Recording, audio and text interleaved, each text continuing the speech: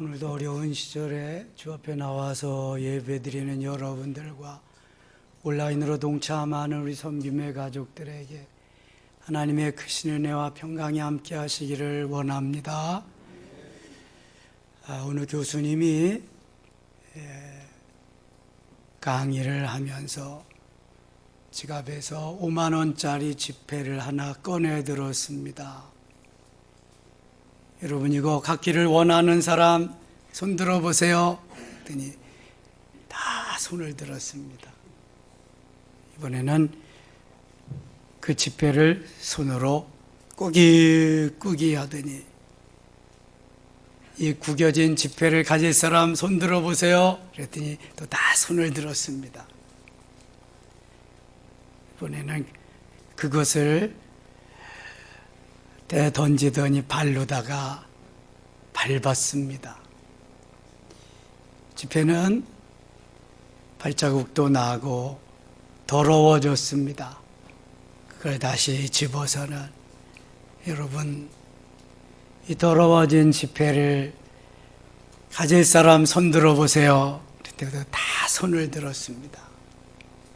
교수님이 이렇게 말합니다.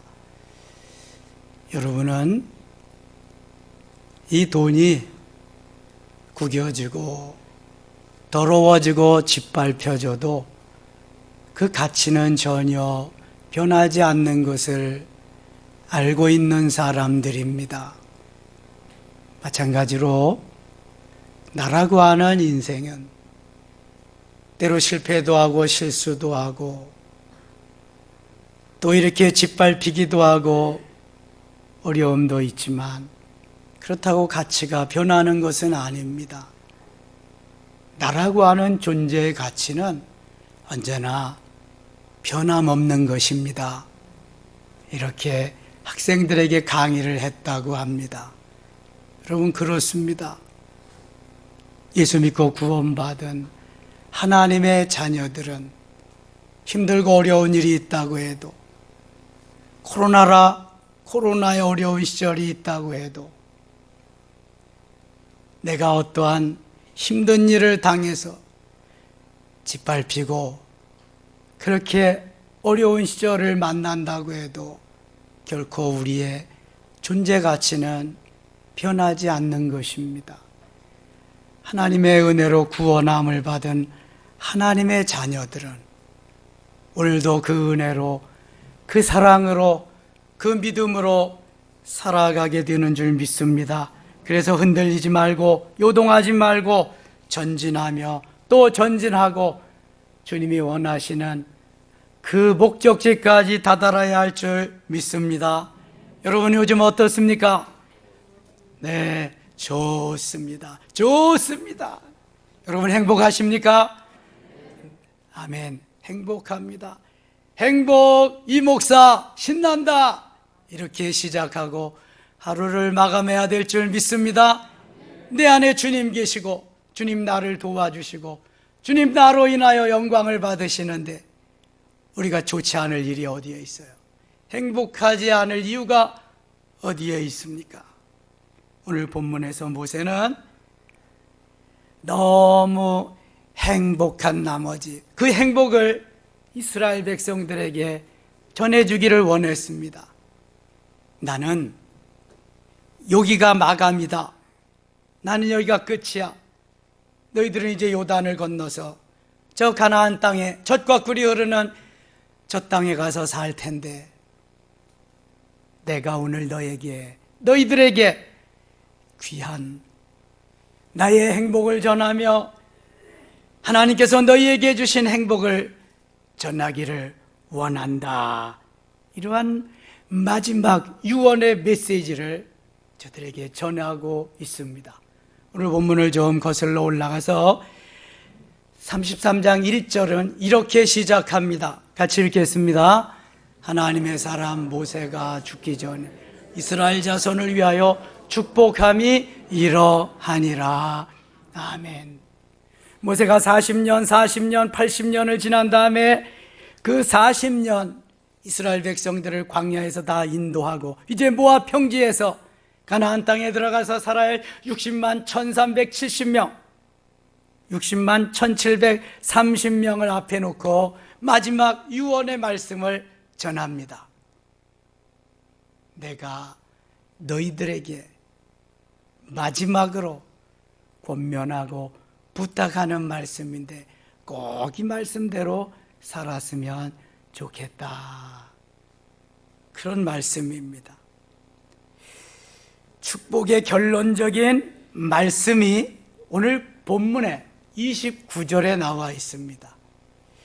1절부터 시작해서 결론적으로 29절에 이스라엘이여 너는 행복한 사람이로다. 이스라엘이여 너는 행복한 사람이로다. 왜 이스라엘이 행복할까요? 첫째는 하나님께서 친히 도와주시기 때문입니다. 오늘 본문 26절 말씀을 같이 읽겠습니다. 26절입니다. 여수르니여 하나님 같은 이가 없도다.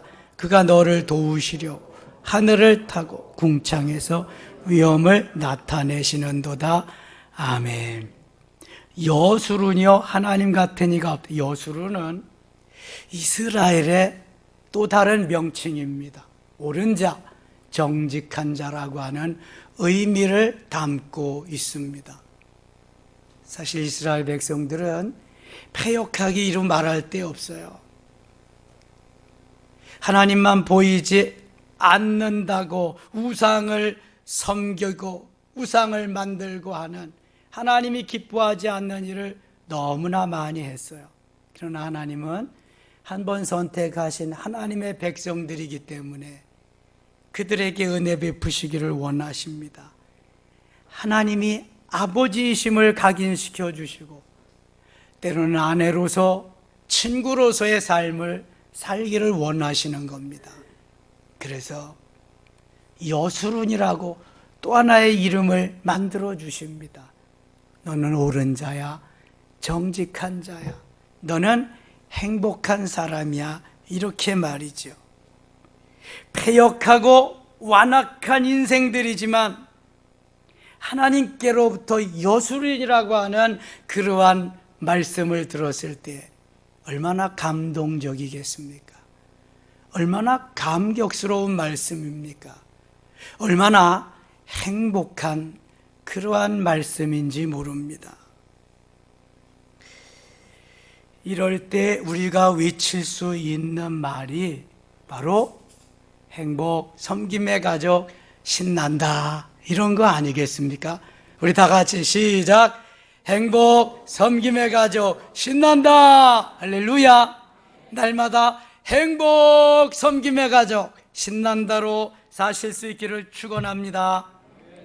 열왕기하 6장에 보면은 아람 나라가 이스라엘을 쳐들어옵니다. 엘리사는 군대가 아무리 많아도 상관이 없어요. 영안이 열렸기 때문에. 그러나 그 사환은 아직 영안이 안 열려서 두려움에 쌓여 있습니다. 우리는 아직 군대가 준비되어 있지 않는데, 우리는 죽었구나, 나는 죽었구나. 그때 엘리사가 그 사환의 영의 눈을 활짝 열어줍니다. 영의 눈이 열리니까 천군 천사들이 그 아람 나라의 군대를 빼곡히 둘러싼 모습을 볼 수 있었습니다. 하나님이 도와주시니까 엘리사의 사환이 평안을 되찾고 두려움을 몰아낼 수 있었습니다. 사도행전 7장에 보면은 스데반 집사님이 예수 그리스도를 전합니다. 복음을 전합니다. 그것을 못마땅하게 여긴 이스라엘 백성들이 스데반을 돌로 쳐 죽입니다. 돌에 맞아가면서도 스데반은 하늘을 향해서 기도합니다. 하나님, 저들이 알지 못해서 그렇습니다. 저들의 죄를 용서해 주세요.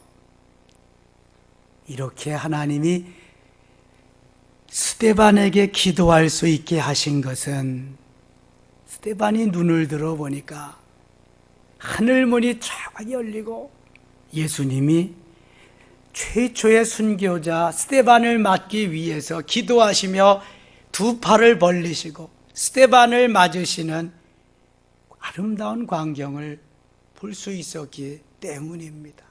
하나님이 그 어려운 시절에 스데반을 돕는 모습을 보면서 스데반은 너무 행복해하면서 순교의 길을 가고 있는 것입니다. 이처럼 하나님께서는 진실한 하나님의 사람들에게 하나님의 도움을 주십니다. 행복하게 하십니다. 하나님이 함께 하심을 저들에게 보여주고 있습니다.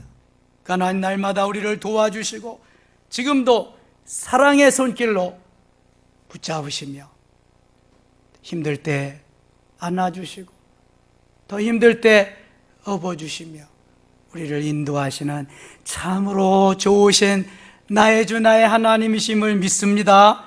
두 번째, 하나님께서 우리의 처소가 되어주시기 때문입니다. 오늘 본문 27절 말씀을 같이 읽겠습니다. 영원하신 하나님 내 처소가 되시니 그의 영원하신 팔 내 아래에 있도다. 그가 내 앞에서 내 적을 쫓으시며 멸하여 하시도다. 아멘.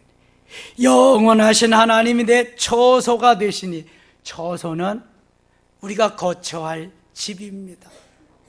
사실 우리는 나그네의 인생길을 가는 것입니다. 아침 안개와 같고 들의 풀과 같습니다.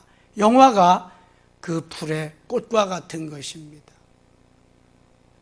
우리는 이 땅에 지금 발을 붙이고 살지만 우리의 인생은 잠깐입니다. 그러나 우리의 영혼은 영원합니다.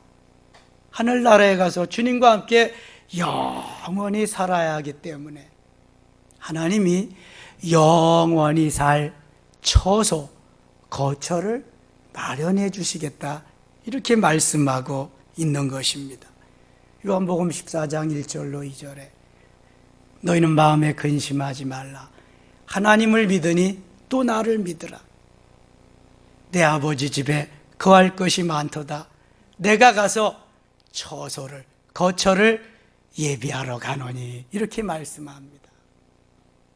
우리가 영원히 살아야 할 처소, 거처를 주님이 마련하기 위해서 우리보다 먼저 하늘나라에 가신 줄 믿습니다. 우리가 이 땅 위에서 처소 때문에, 거처 때문에 얼마나 많이 어렵습니까? 어떤 사람은 노숙자로 살아요. 처소가 없어서. 어떤 사람은 월세로 살고 전세로 살고 작은 평수에서 큰 평수까지 다 처소로 삼아서 살아가고 있습니다. 처소가 없으면은 노숙자가 되기 때문에 늘 불편합니다. 그는 생각하기를 스스로 행복하지 않다고 생각할 것입니다. 처소가 있는 사람은 언제 어느 때라도 돌아갈 집이 있기 때문에 불안하지 않습니다. 여러분, 우리 인생도 마찬가지예요. 영혼도 마찬가지입니다. 누가복음 16장에 보면은 유명한 비유가 나와요. 이름하여 부자와 나사로의 비유입니다. 부자는 좋은 집에서 좋은 음식을 먹으면서 좋은 옷 입고 남들이 부러워하는 그러한 삶을 살아가고 있습니다. 그러나 그 집에서 부자가 먹던 부스러기를 개와 함께 더불어 먹으면서 살아간 거지 나사로가 있습니다. 자기의 집도 없이 그렇게 어려움을 당하면서 멸시와 천대를 당하면서 살아갑니다. 그러나 때가 되면 인생은 돌아가고 시대는 지나갑니다. 부자도 죽고 거지 나사로도 죽었습니다. 부자는 죽어서 어디에 갔을까요? 지옥에 갔습니다. 예수 믿지 않으면 무조건 지옥입니다. 다른 말 할 필요가 없습니다. 선한 일을 하고 착한 일을 하고 어떻게 좋은 일을 했어도 그하고 상관없습니다. 다른 이로서는 구원을 얻을 수 없나니 천하인간의 구원 얻을 만한 다른 이름을 우리에게 주신 일이 없습니다. 주 예수를 믿으라. 그리하면 너와 내 집이 구원을 받으리라. 할렐루야. 예수밖에는 구원을 주실 분이 없는 줄 믿습니다. 나사로는 그 예수님을 안 믿었기 때문에 구원을 받을 수가 없었어요. 그러나 나사로는, 부자는 구원을 받지 못했지만 거지 나사로는 비록 헌대가 나서 개들이 핥아주고 부자가 남긴 찌꺼기 부스러기를 먹고 살았지만 그 안에 예수 그리스도를 모시고 살았기 때문에 나사로는 죽어서 어디에 갔다? 천국에 갔습니다. 하늘나라에 간 줄 믿습니다. 이겁니다. 이거. 아무리 이 세상에서 잘 먹고 잘 살아도 예수님이 처소를 만들어 놓지 않으면 하늘나라에 갈 수 없어요. 처소를 만들어 놓는 조건이 있습니다. 무슨 조건이 필요할까요? 예수 믿고 구원받아야 됩니다. 예수 그리스도를 구세주로 모셔드려야 됩니다. 부자는 죽어서 후회합니다. 너무 뜨겁고 너무 무서운 지옥이라 물 한 모금을 요청하지만 손가락에 물 한 모금을 찍어서 내 혀에 갖다 좀 대어달라고 하지만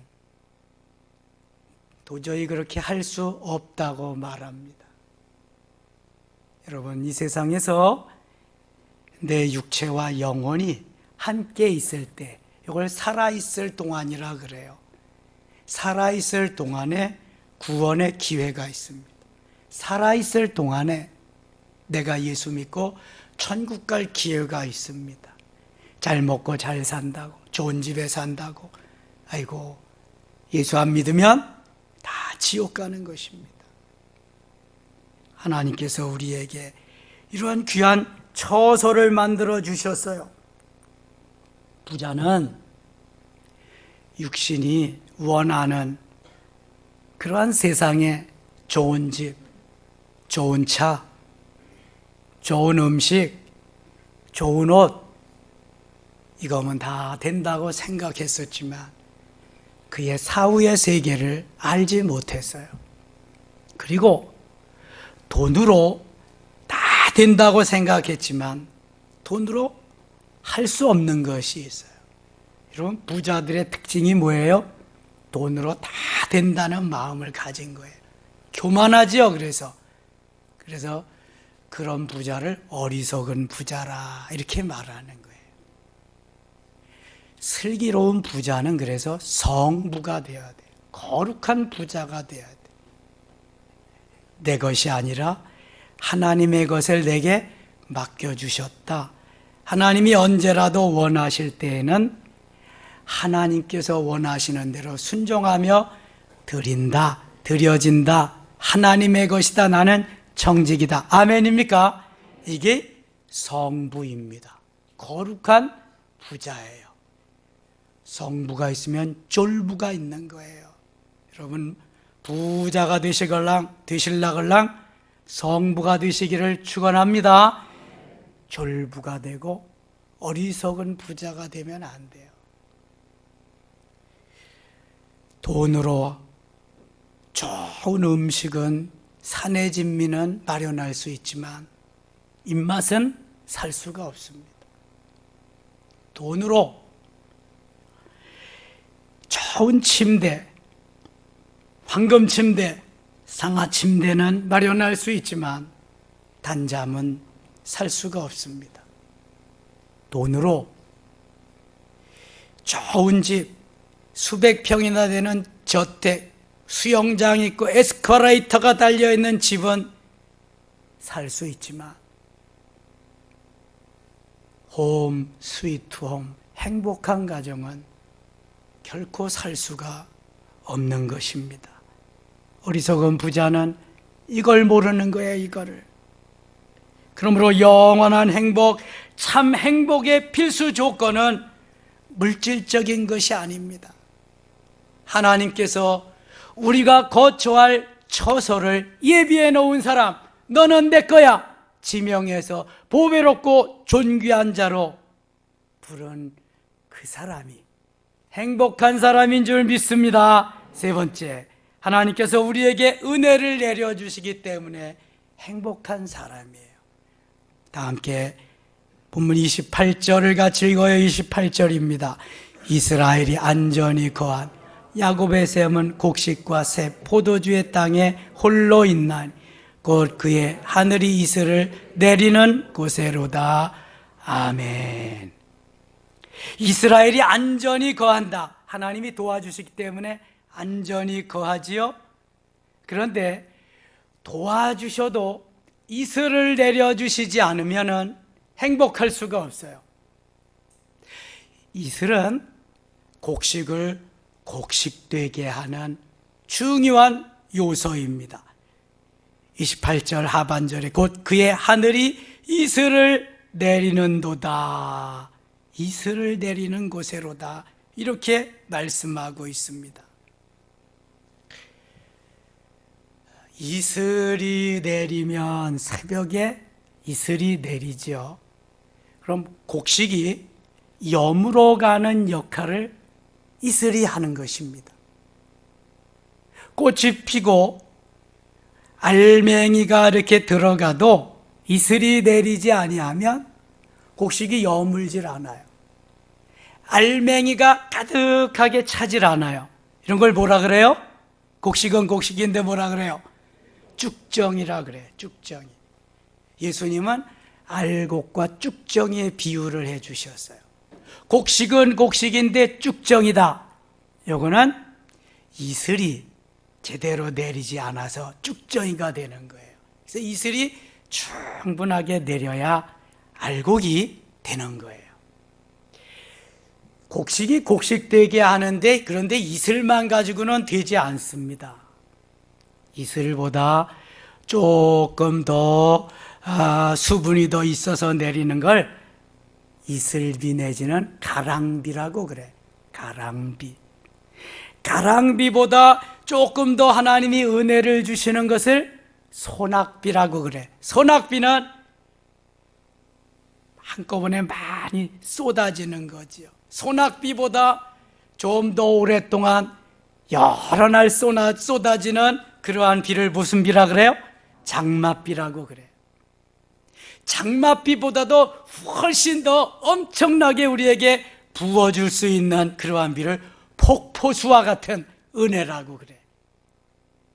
마치 시편 78편 15절에 그냥 반석을 쪼개셔서 폭포수가 샘물같이 펑펑펑펑 흘러나와서 시내가 되고 강물이 되게 하는 역사가 있는 것과 같은 하나님이 이러한 은혜를 우리에게 주시리라 말씀하고 있습니다. 시편 110편 3절은 새벽 이슬과 같은 주의 청년들이 나오는도다. 새벽 이슬 같은 주의 청년. 청년들이야말로 알곡과 같은 곡식과 같은 너무도 귀중한 존재임을 말씀하는 거예요. 이슬이 내리지 아니하면 알곡이 되지 곡식이 되지 못하기 때문에 그런 것입니다. 하나님께서 그래서 우리에게 은혜를 어떻게 주시기를 원하시냐 하면은 새벽 이슬같이도 주시기를 원하시지만 소낙비와 장막비같이 주시기도 원하십니다. 에스겔 34장 26절에 보면은 자, 한번 같이 읽을게요. 내가 그들에게 복을 내리고 내 산 사방에 복을 내리며 때를 따라 소낙비를 내리되 복된 소낙비를 내리리라. 아멘.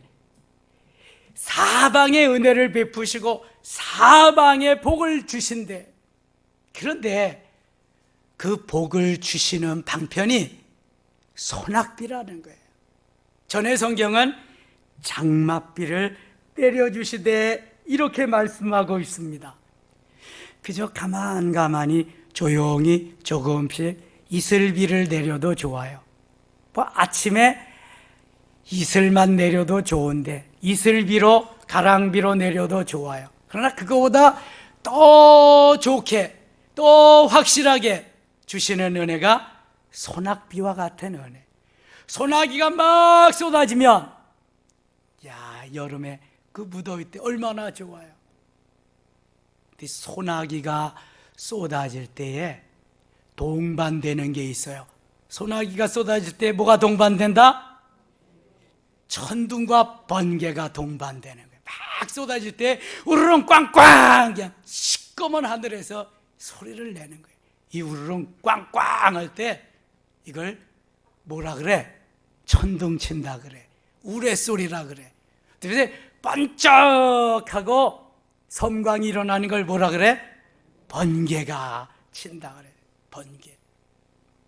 그래서 우르릉 꽝꽝 번개가 그냥 꽉 칠 때 가까운 데서 소리가 들리면, 아, 이거 어디에 뭐 나무가 부러졌구나, 어디 무슨 건물이 또 하나 뭐 파괴됐구나, 이렇게 생각하는 거예요. 왜 하나님이 소낙비와 함께, 장맛비와 함께 천둥과 번개를 주실까? 하나님께서 곡식을 기르도록 농부에게는 여러 가지 지혜와 은혜를 주셔서, 뭐 물이 모자라면 물도 길어다 주고, 영양분이 부족하면 비료도 갖다가 주고, 그래서 농부들이 길러요. 그런데 농부들이 기르지 않는, 하나님이 기르시는 산천 초목이 있어요. 농부들이 자기네 농사 짓기도 힘든데 남의 거 가서, 산에 가서 그 기를 새가 없어. 누가 기르셔야 돼요? 하나님이 주인이시니까 하나님이 기르셔야 돼. 그래서 이른 비와 늦은 비를 주시는 거야. 이른 비는 봄에 씨 뿌릴 때, 파종할 때 주시고, 늦은 비는 이른 비는 가을에 씨 뿌릴 때, 파종할 때 주시고, 늦은 비는 봄에 꽃이 필 때, 출수할 때 주시는 거예요. 이 비를 먹음으로 인해서 농부들이 씨를 뿌리고 곡식을 추수할 수 있는 건데, 하나님이 심어 놓으신 대자연도, 거기에 삼라만상에 있는 모든 초목들도 하나님이 기르셔야 되기 때문에 하나님께서 거기에 이른 비도 주시고 늦은 비도 주시되, 그거 가지고 안 되니까 소낙비를 주시는 거예요. 장맛비를 주시는 거예요. 소낙비를 주셔서 양이온과 음이온이 공중에서 도킹하고 스파크를 일으킬 때에 불이 반짝 일어나는, 이게 번개야. 우르릉 꽝꽝 하면서 거기에서 소낙비가 쏟아지면서 비료가 만들어지는 거야. 질소, 인산, 가리 같은 비료가 만들어져서 소낙비와 함께 자연에, 하나님이 만드신 자연에, 온 땅에 쫙 뿌려지는 거예요. 여러분, 빗물에 영양분이 있습니다. 사람이 아무리 물을 갖다가 주고 그 다음에 비료를 주어도 빗물만 못합니다. 빗물은 하나님이 만들어 놓으신 천연적인 그 영양분이 담기는 그러한 물이기 때문에 그렇습니다. 하나님께서 장맛비를 또 주시는 것은, 소낙비가 왔다가 조금 더 지나서 또 왔다가 또 지나서 또 오고, 며칠씩 오고 한 달씩 오고, 이거를 장맛비라고 그래요.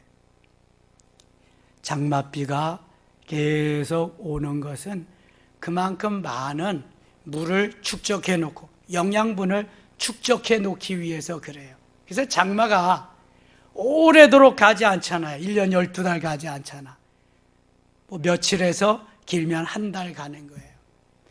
장마가 있으면 홍수도 나고, 때로는 산사태도 나고, 재산을 잃는 때도 있고, 그 다음에 생명을 잃는 때도 있지만, 하나님은 하나님이 만들어 놓으신 대자연을 잘 키우기 위해서 장맛비를 주시는 거예요.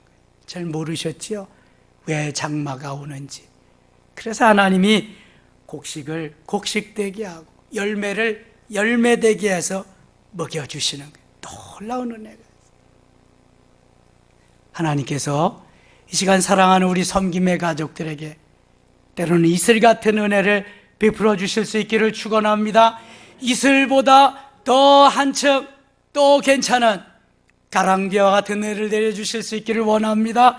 가랑비보다 더 좋은 소낙비를 계속해서 내려주실 수 있기를 축원합니다. 소낙비보다 더 좋은 장맛비를 그냥 엄청나게 내려주실 수 있기를 축원합니다. 장맛비보다 더 좋은 폭포수와 같은 샘물이 그냥 흘러 넘치는 폭포수와 같은 은혜를 계속해서 우리에게 흘러 넘치도록 보내주실 수 있기를 축원합니다. 이게 뭐예요? 이게 행복 섬김의 가족 신난다.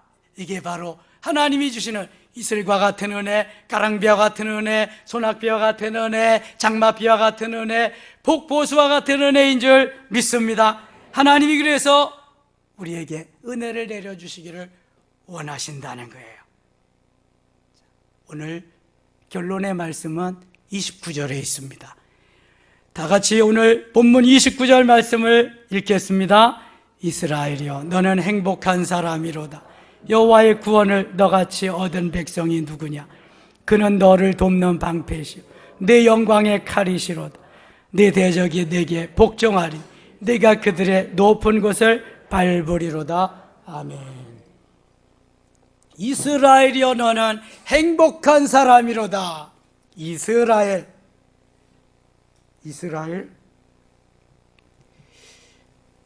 이스라엘이라고 하는 이름은 처음부터 이스라엘이 아니라 어떤 이름이 변해서 이스라엘이 되었어요. 그 어떤 이름은 무슨 이름이에요? 야곱이라는 이름. 야곱. 창세기 32장에 보면은 야곱이 그 하나님과 1:1의 관계에서 야복강 나루에서 정말 혼신의 힘을 다해서 죽으면 죽으리다 하면서 기도를 합니다. 야곱은 누구의 아들이죠? 에서의 아들이에요? 이삭의 아들이죠. 이삭은 웃음이라는 뜻이 있어요. 야곱은 무슨 의미가 있을까요? 비겁한 자, 속이는 자, 야비한 자, 발뒤꿈치를 잡은 자, 넘어뜨리는 자, 좋지 않은 의미는 다 가지고 있는 이름이 야곱이에요.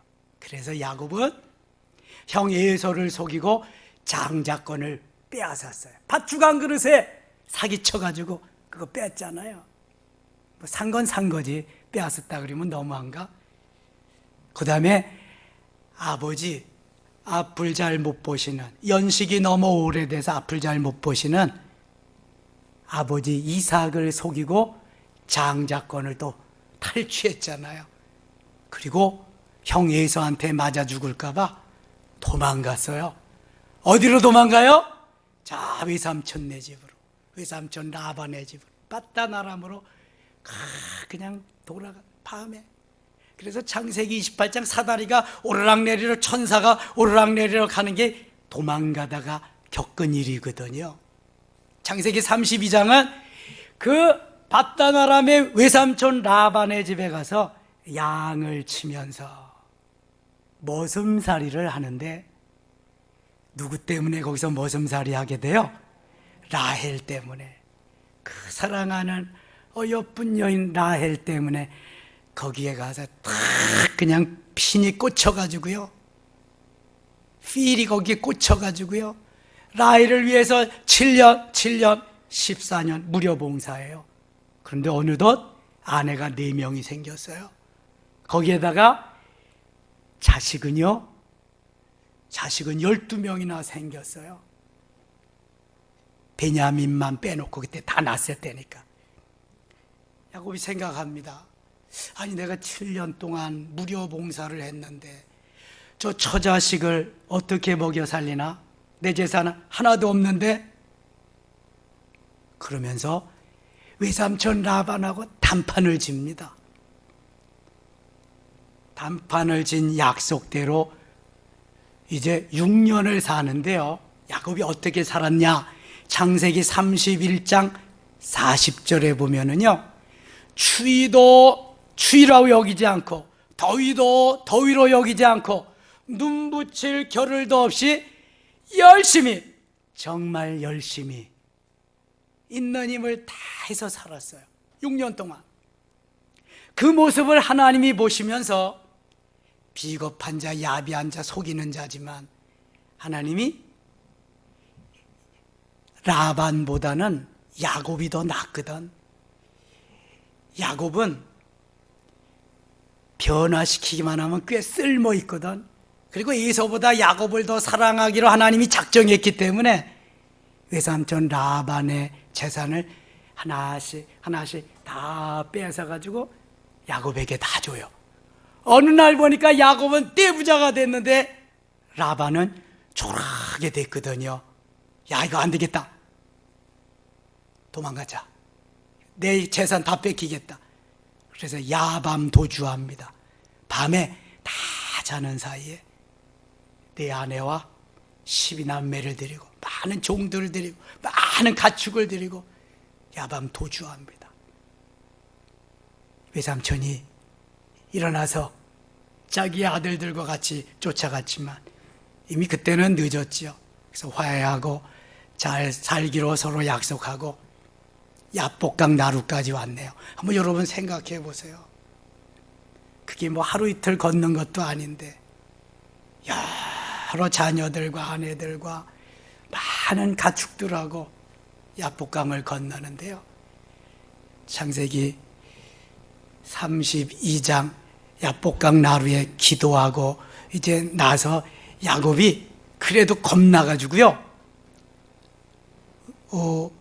에서가 죽일지도 모르겠다 그런 마음을 가지고 시원치 아니하는 그 아내, 그 다음에 그 아들, 그러니까 하녀의 아내 실바와 또 누구예요? 그 하나 비라와 실바, 그리고 그 아들 먼저 앞장 세우고 그 다음에 레아와 그 아들들 두 번째 세우고 라헬과 요셉은 맨 마지막에, 죽어도 넌 나중에 죽어야 돼. 그래서 맨 마지막에 세우거든요. 그 전에 야곱이 내가 이제 야복강 나루를 건너가면 반드시 고향에서 형 에서를 만날 텐데 내가 지은 죄를 내가 받아야 되는데 형은 나를 가만두지 않을 거다. 그러면 나는 거기서 죽을지도 모르는데 야, 형 에서에게 맞아 죽느니 차라리 하나님한테 맞아 죽자. 내가 창세기 28장에 약속한 것도 제대로 못 지켰는데 맞아 죽어도 하나님께 맞아 죽어야 되겠다. 그리고 다 야복강을 건너게 한 다음에 홀로 야복강 나루에서 기도하기 시작합니다. 하나님과 1대1로 기도하기 시작하는데요, 그때 나타난 천사가 야곱과 씨름을 하면서 이기지를 못해요. 얼마나 야곱이 온 힘을 다해서 씨름을 하는지. 결국은 날이 새어갈 즈음에 천사가, 하나님의 사람이 이렇게 말합니다. 내가 줬다, 내가 줬어. 무엇을 원하느냐? 나에게 축복하지 않으면 가실 수 없습니다. 내게 복을 주시고 가시옵소서. 야곱이요, 환도뼈가 부러지도록, 그렇게 허벅지에 뼈가 부러지도록 기도를 한 거예요. 간절히. 이렇게 기도하는 사람 얼마나 돼요? 기도를 이렇게 해야 돼. 그랬더니 천사가 말합니다. 너 이제부터 야곱이라 하지 말고 이스라엘이라고 해라. 너는 더 이상 비겁한 자, 속이는 자, 야비한 자, 발뒤꿈치를 잡은 자, 남을 넘어뜨리는 자가 아니야. 너는 이제부터 천사와 겨루어 이기는 사람이야. 하나님과 겨루어 이기는 사람이야. 너는 이스라엘이야. 할렐루야. 그때 받은 이름이 이스라엘이에요.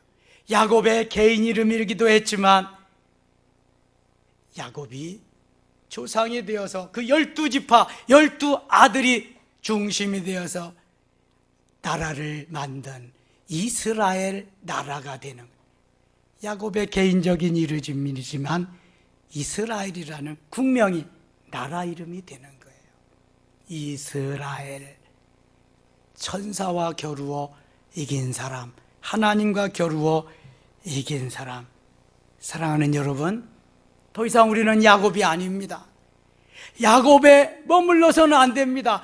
변화되기 이전에, 예수 믿고 변화되기 이전의 사람은 거의 다 99.9% 야곱입니다. 야곱.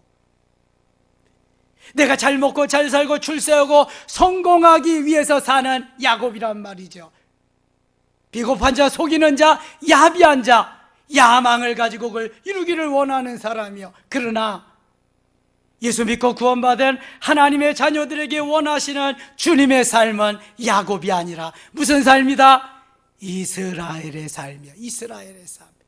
여러분, 이스라엘의 삶은 하나님이 도와주시고 하나님이 은혜를 주시고 하나님이 승리케 하시는 하나님의 역사 속에 사는 사람, 천사와 겨루어 이기는 사람을 이스라엘이라고 해요.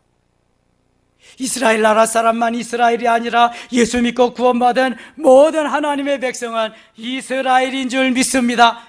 이 시간 우리가 이스라엘이요, 이스라엘. 옆에 분들하고 인사합시다. 당신은 이스라엘입니다. 당신은 행복한 사람입니다. 할렐루야. 이스라엘, 행복한 사람을 의미하는 것이 이스라엘입니다. 하나님께서 우리에게 오늘도 너는 행복한 사람이야, 행복, 섬김의 가족, 신난다, 내가 너희들에게 준 이름이란다. 이렇게 너희들은 계속해서 행복하게 살아야 돼. 많은 사람들이 어떻게 행복하냐고 묻거든. 내가 예수 믿고 구원받아 하나님이 내게 주신 행복, 누구누구 신난다, 그렇게 살기 때문에 나는 오늘도 행복한 사람으로 살아가고 있습니다라고 간증할 수 있어야 될 줄 믿습니다. 제가 이 말씀을 준비하면서 왜 행복, 누구누구 신난다로 살아야 되는가, 그 사람은 과연 어떤 사람일까, 주님이 가르쳐 주셨어요. 너 코로나보다 더 강한 그러한 전염병이 와서 정부에서, 국가에서 강제적으로 예배실 다 철거하고 예배 못 드리게 하고, 그럴 때에도 너는 예배를 드리겠느냐? 아멘. 드리고 말고요. 저는 드려야죠. 생명을 걸고 제가 할 일이 그거밖에 더 있겠습니까? 그러면 너희 성도들은, 섬김의 가족들은 얼마나 나와서 같이 예배 드릴 수 있는 사람이 있겠느냐? 그러면서 누가 행복한 사람인 줄 아느냐? 그럴 때에도 오늘 목사님 혼자 예배 드리시겠구나, 나도 생명을 다해서 예배가 살아야 교회가 살고 교회가 살아야 이 나라와 이 민족이 산다. 예배의 성공자가 성공자고 예배의 회복자가 회복자고 예배의 승리자가 승리자다. 오늘도 나는 예배 드리러 주일이니 주님 앞에 나아간다.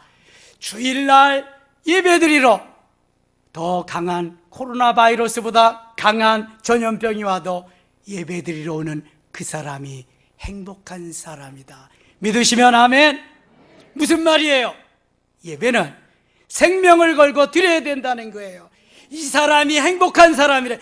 이 고비를 넘지 못하는 사람은 말로는 행복이지만 정말 행복이 없다는 거예요. 이런 사람은 목에 칼이 들어와도 행복할 수 있다는 거예요.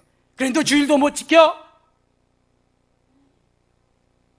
어때요? 주님이 내리신 행복한 사람의 정의가.